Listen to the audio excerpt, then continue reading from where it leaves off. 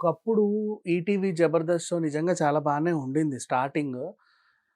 First 'Dhanraj', 'Venu' ఆహ్, వీళ్ళంతా ఉన్న టైంలో స్టార్టింగ్ 'చమ్మక్ చంద్ర' అలాగే 'చలాకీ చంటి', 'రాఘవ' గారు అండ్ నెక్స్ట్ మన 'రఘు కార్మంచి' ఇట్లాంటి వాళ్ళు చేసినప్పుడు నిజంగా పద్ధతిగా, నీట్‌గా, అందమైన కామెడీతో చాలా అద్భుతంగా సాగింది.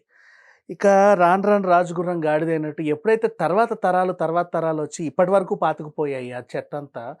ఎందుకింత దరిద్రంగా మాట్లాడాల్సొస్తుంది అంటే, ఈ మధ్య కాలంలో ఏదన్నా ఊరికి, దేశానికి పనికిరాని దద్దమ్మలు ఎక్కడైనా ఉన్నారా అంటే అట్లాంటోళ్ళ చెత్తంతా 'జబర్దస్త్‌లోనే' ఉంది. ఎందుకు చెప్పనా? ప్రపంచంలో బాగా డెవలప్ అయిన వాళ్ళందరిని తీసుకొచ్చి వీళ్ళు స్పూఫులు జేస్తారు. అది బానే ఉంటది. నష్టం ఏం లేదు. కాపోతే వెటకారం ఉంటది జూసారా? అప్పుడు అనిపిస్తది. "ఒరేయ్ గాడిద వాడు గనక ఎక్కడికో ఎళ్ళాడు. నువ్వింక అదే స్టేజ్ మీద చచ్చావు గదరా!" అనిపిస్తది.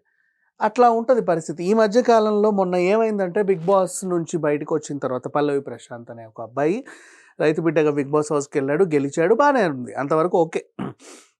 బయటకొచ్చాక అనివార్య కారణాల వల్ల కొంచెం ట్రాఫిక్ జామ్ ఇబ్బంది, లా అండ్ ఆర్డర్ సమస్య రావడం, పోలీసులు హెచ్చరించి అటునుంచి ఎళ్ళండి అన్నా కూడా ఆయన మళ్ళీ ఇటు రావడం, ఆయనను తీసుకెళ్ళి అరెస్ట్ చేయడము, ఆ తర్వాత ఆయన పరారీలో ఉన్నాడని చెప్పడం, ఎళ్లి అరెస్ట్ చేయడము ఇవన్నీ జరిగాయి. ఇదంతా గూడా కట్టే కొట్టే తెచ్చేలాగా ఒక స్కిట్ రూపంలో చేశారు. అదే డ్రెస్ మళ్ళీ గ్రీన్ కలర్ డ్రెస్ ఏసిపిచ్చి. ఏమనంటే 'జబర్దస్త్' ఏదో అవార్డు, దరిద్రమైన అవార్డు. అది గెలుచుకున్నందుకు మీకు ట్రాఫిక్ జామ్ అయిందని ఆ పోలీస్ డైలాగులు చెప్పడం.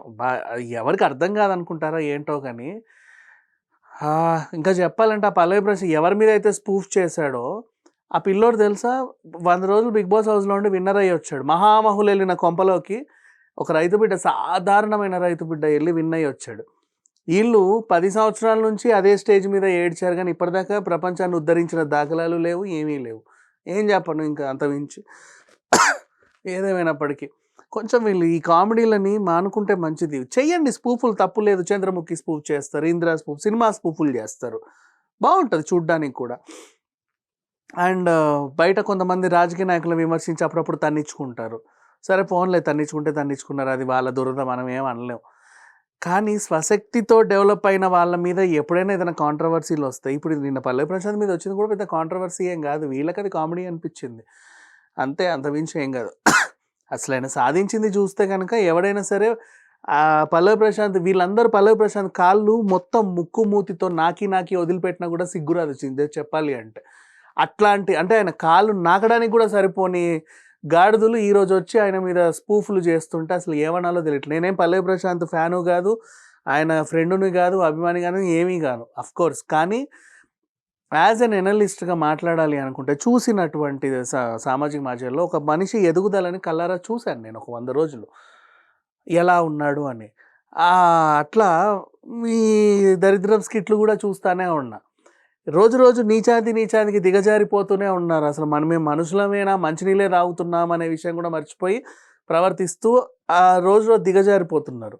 కానీ 100 రోజులు ఈ అబ్బాయి ఒక్కో మెట్టెక్కుతూ జస్ట్ 100 రోజులే. అసలు 100 సంవత్సరాలు గాదు, లేకపోతే ఏవో గాదు. మీషో అన్న 10, 15 సంవత్సరాల నుంచి ఆడుతుంది గానీ, జస్ట్ కేవలం అట్లా ఎదిగాడు ఆ అబ్బాయి. ఆయన మీద పట్టుకునేది అడ్డమైన స్పూఫులు.